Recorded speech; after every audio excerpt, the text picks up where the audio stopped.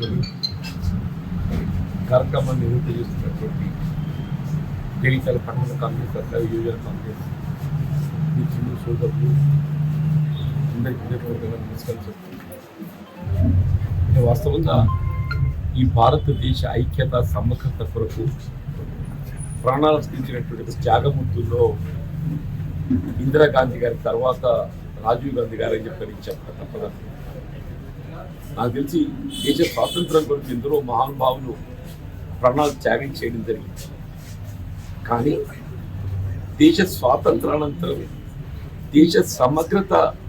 లక్ష్యంగా ఇవాళ ఏ విధంగానైతే స్వర్గీయ ఇందిరాగాంధీ గారు ఖలిస్తాన్ ఉగ్రవాదాన్ని మట్టు పెట్టడానికి కొరకు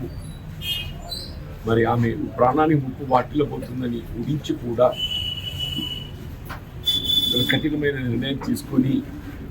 ఖలిస్తాన్ ఉగ్రవాదాన్ని అణచివేయడం జరిగిందో మరి చివరికి ఆమె ఉగ్రవాద చీఫ్లో బలి కావటం, తదుపరి బాధ్యత చేపట్టిన రాజీవ్ గాంధీ గారు కూడా వాస్తవంగా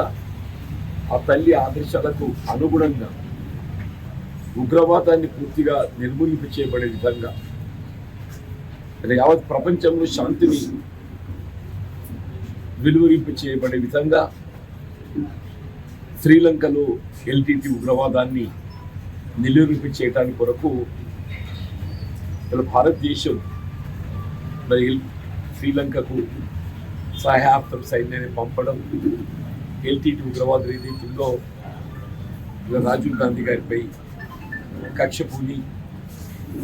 అప్పుడు ఆనాడు 91-92 ఎన్నికల సమయంలో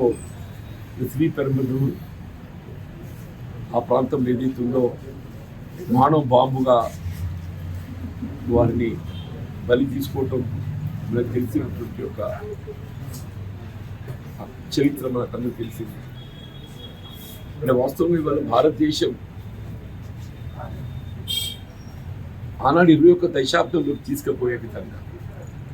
ఈ దేశంలో యువతకు ప్రాధాన్యత కల్పన చేయబడాలనే లక్ష్యంతో ఏదైతుందో అంతవరకు ఉన్నటువంటి ఒక 21 సంవత్సరాల ఓటు హక్కులు